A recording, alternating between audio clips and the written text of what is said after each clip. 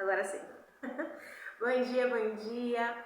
Dia 9 de julho, quase 10 da manhã. Mas antes de qualquer coisa, eu preciso avisar pra vocês que os meus gatos estão loucos, correndo pra lá e pra cá.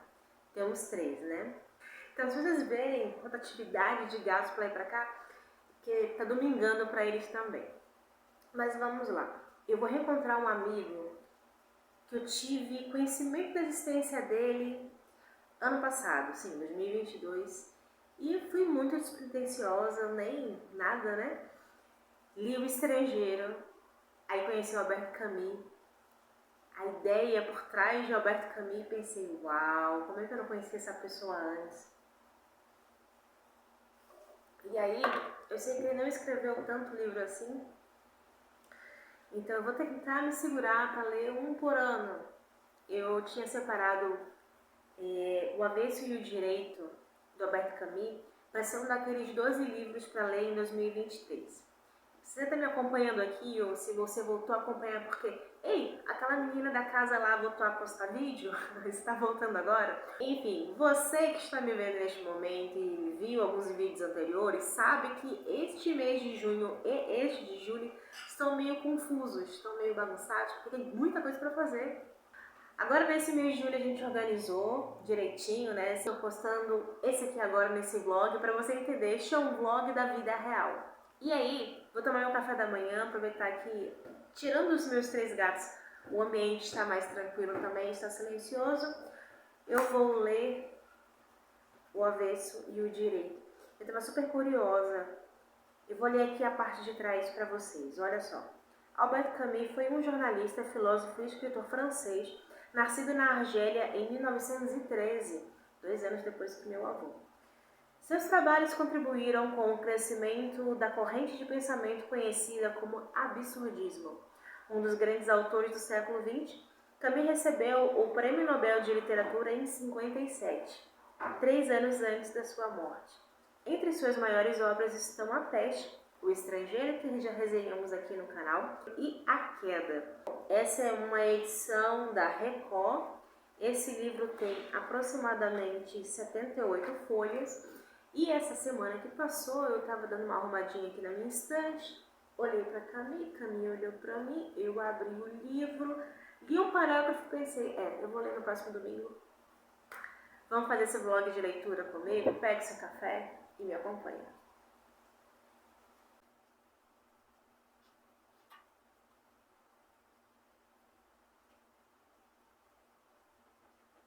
O livro começa com a apresentação do Moacir Sinclair. Ele foi médico, professor universitário, também foi escritor. E aí o Moacir vai fazendo um breve relato de quem foi Albert Camus e que circunstâncias que ele escreveu esse livro. O Avesso e o Direito foi escrito quando ele tinha apenas 22 anos e, segundo Moacir, aqui nesse livro a gente vai conseguir entender a grandiosidade que Albert Camus já apresentava ter mesmo numa idade tão nova. Esse livro foi escrito entre 35 e 36, e aí a gente começa a pensar no jovem de 20 e 22 anos na década de 30. Eu achei bem interessante porque Albert Camus fica... Eu tenho a sensação de que olhar para si, nessa época, eu pensei, sou muito jovem, mas tem tanta coisa na vida para ser dita, que eu estou vivenciando agora, então eu preciso registrar. A gente percebe isso quando o Albert escreve esse prefácio, já mais velho, dizendo que ele não queria fazer a reedição desse livro. Ele escreveu o livro, foi publicado, fizeram uma quantidade de tiragens, acabou e ele não queria reeditar. Foi engraçado que aqui mesmo ele disse que ele não renega. Mas ele tinha uma falta de vontade ou de clareza na razão de poder, por que reeditar e publicar e tudo mais. Mas aí ele vai dizendo sobre o valor que ainda assim ele vê nesses escritos, e aí ao longo do passo vai percebendo por quê. Ele vai descrevendo aqui um pouco sobre o que foi a vida dele.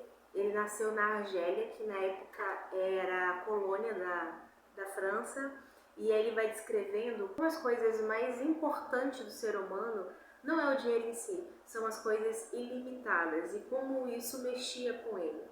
que ele vai falando como é a injustiça da vida, você percebe realmente que aquele grupo de pessoas é muito injustiçado, não é somente pela ausência do dinheiro, da ausência da visibilidade para receber apoio, auxílio, mas é principalmente quando esse grupo é privado de coisas que são gratuitas.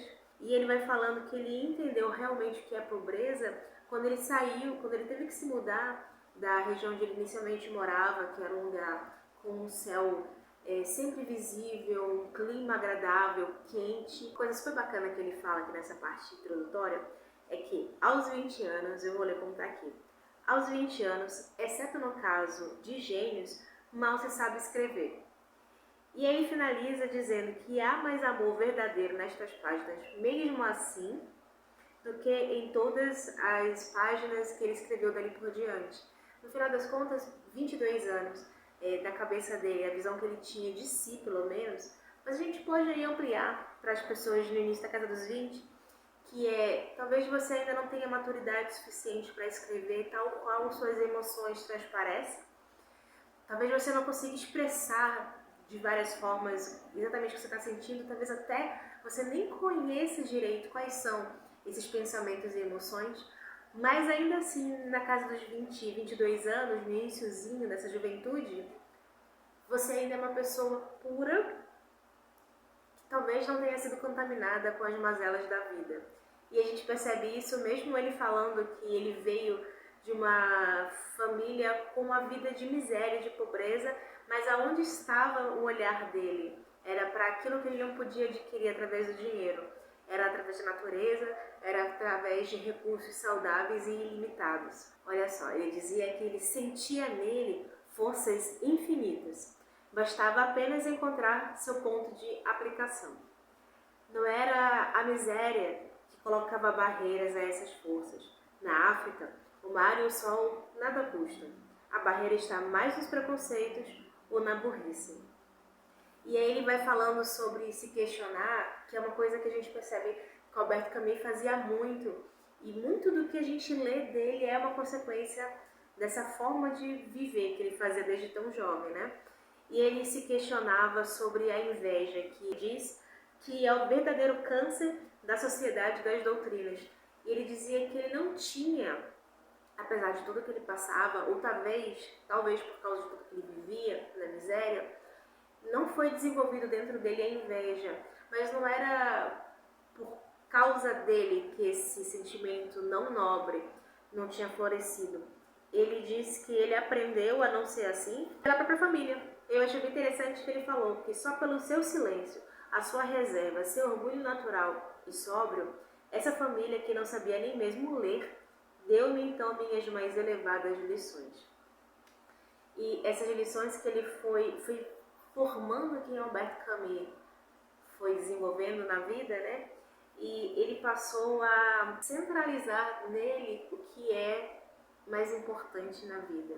Isso me faz pensar muito na ideologia que lá na frente ele ajudou a desenvolver, a ideologia que faz a gente questionar muito sobre esse tudo que a gente está vivendo, né? A visão dele. Ainda agora, quando vejo a vida de um ricaço em Paris, a compaixão no distanciamento que ela muitas vezes me inspira. Não sabia, contudo, que era a verdadeira infelicidade até conhecer nossos frios subúrbios. E aí ele vai trazendo nessa ideia de que a mais extrema miséria árabe não se pode comparar a essa diferença que se vê no céu daquele lugar que ele vivia antes, aquele clima que ele vivia antes, para esse lugar para onde ele foi se mudar.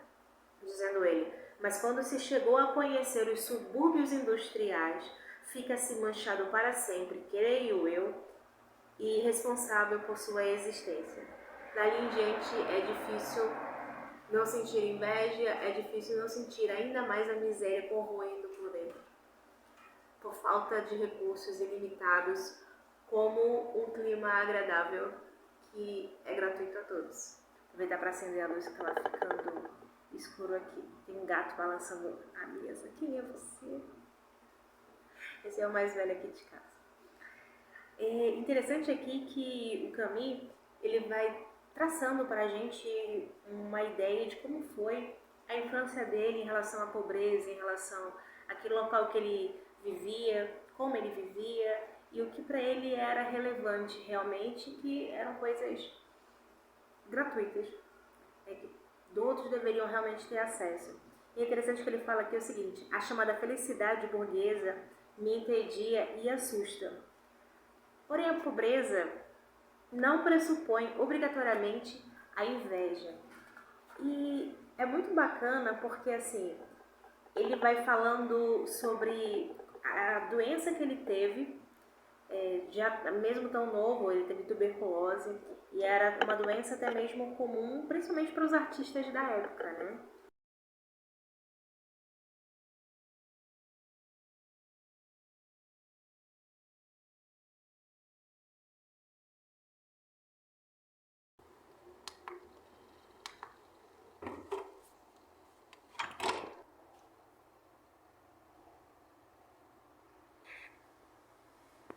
De uma paradinha por aqui, para organizar a semana, ver a agenda, tipo de coisa que eu faço todo domingo e facilita muito minha vida. Já dei uma avançada aqui no livro, nós já lemos essa quantidade aqui, falta essa aqui. Mas é um livro fino, de 50 páginas mais ou menos, mostrar, olha, como eu tô lendo a letra, então, de pouquinho em pouquinho, tá indo bem gostoso. Olha só, depois da apresentação do Moacir Ciclé que eu falei, e o prefácio do autor, o livro se divide em 5 pequenas partes. Essa primeira parte do livro, A Ironia, ela se subdivide em 3 contos que têm em comum o mesmo tema, que é pessoas mais velhas, pessoas idosas, e a forma como a sociedade enxerga e trata e principalmente ignora essas pessoas. O primeiro texto da Ironia fala de uma mulher que sofreu de uma doença da qual achava que realmente iria morrer. Engraçado porque aparentemente era uma doença incurável.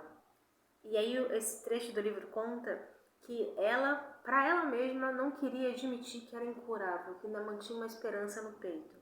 Mas para todas as outras pessoas que vinham conversar com ela, que vinham falar com ela, ela dizia que era uma doença realmente incurável, que nada podia ser feito e tudo mais.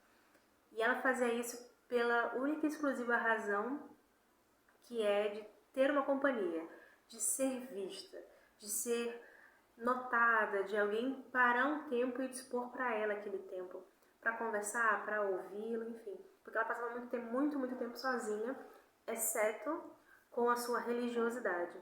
Até que em determinado momento, um rapaz, aleatoriamente, sem nenhuma razão e do nada mesmo, a escuta, conversa com ela. E ela se sente humanizada de novo, sabe? Ela se sente realmente vista. Eu acho que tá ventando aqui. Não é livro de terror, tá tudo certo. Ela se sente humanizada e isso me faz pensar que uma das primeiras necessidades do ser humano é isso, né? Ser visto, ser notado e aí como criança ser acolhido, ser ajudado. E era essa ausência que ela sentia muito mais, talvez, do que a própria morte. A aproximação da morte, né? E aí você pode pensar, meu Deus, ela me deu um spoiler.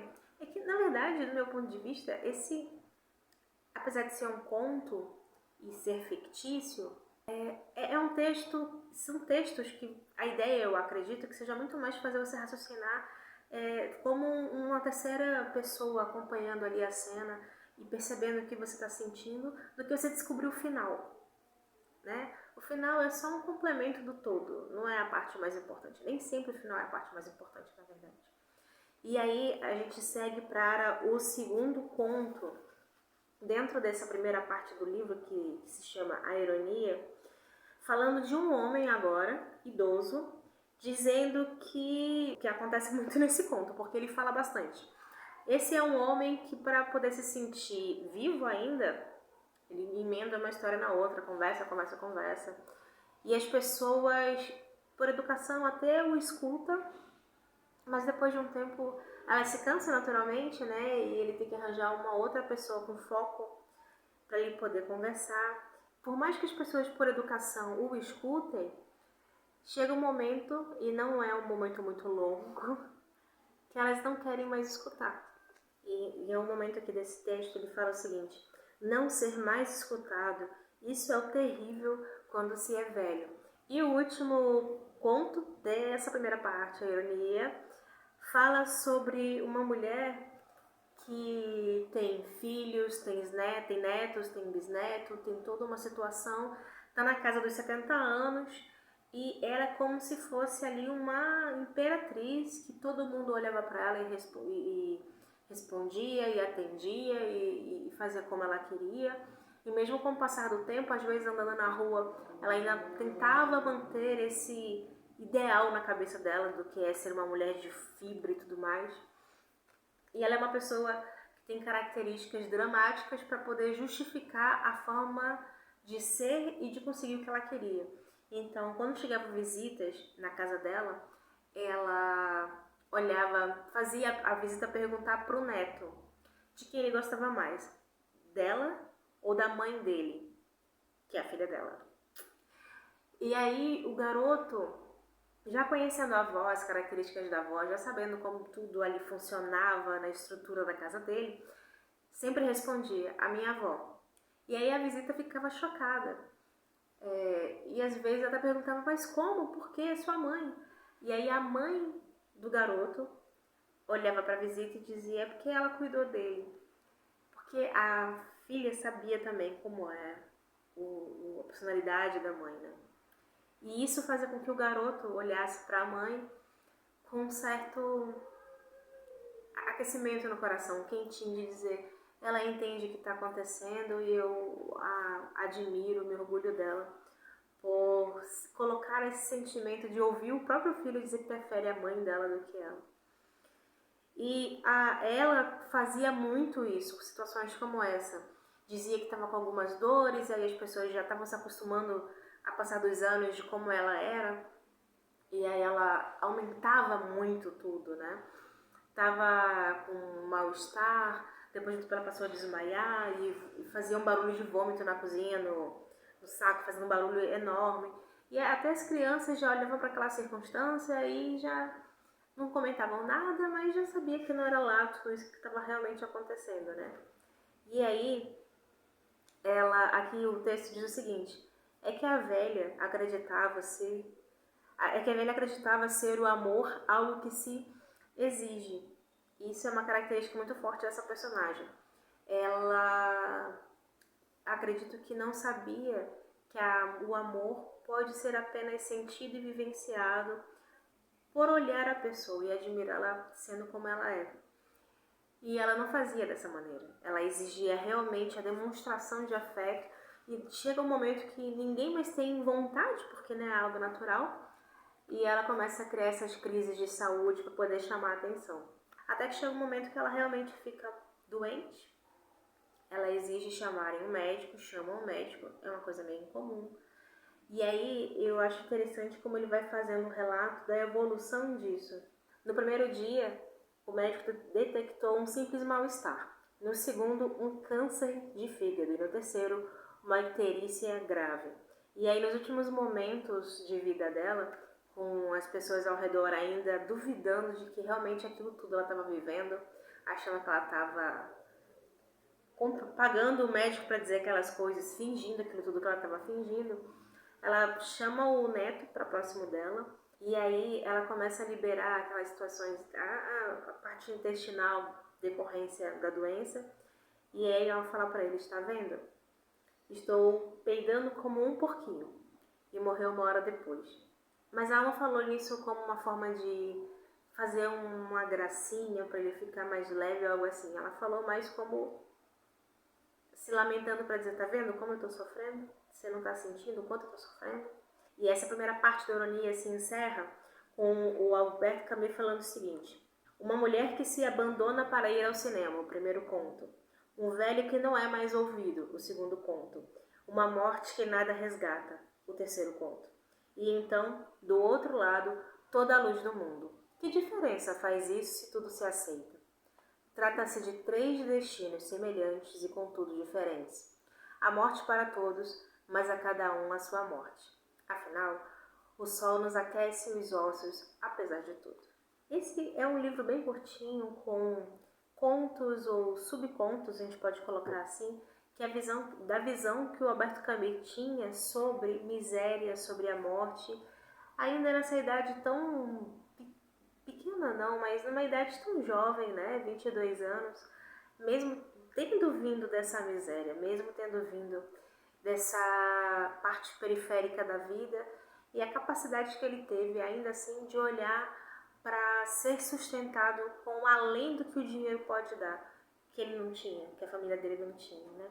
Então esse texto vai passeando, enquanto ele vai narrando, trechos de vidas das pessoas nos seus momentos mais doloridos, seja no final da vida e sendo esquecido cada vez mais aos poucos, como em uma passagem ele fala que o personagem vai ser velho eternamente, porque ele vai permanecer idoso até o momento que ele morrer e aí não tem mais realmente o que fazer, não tem mais volta.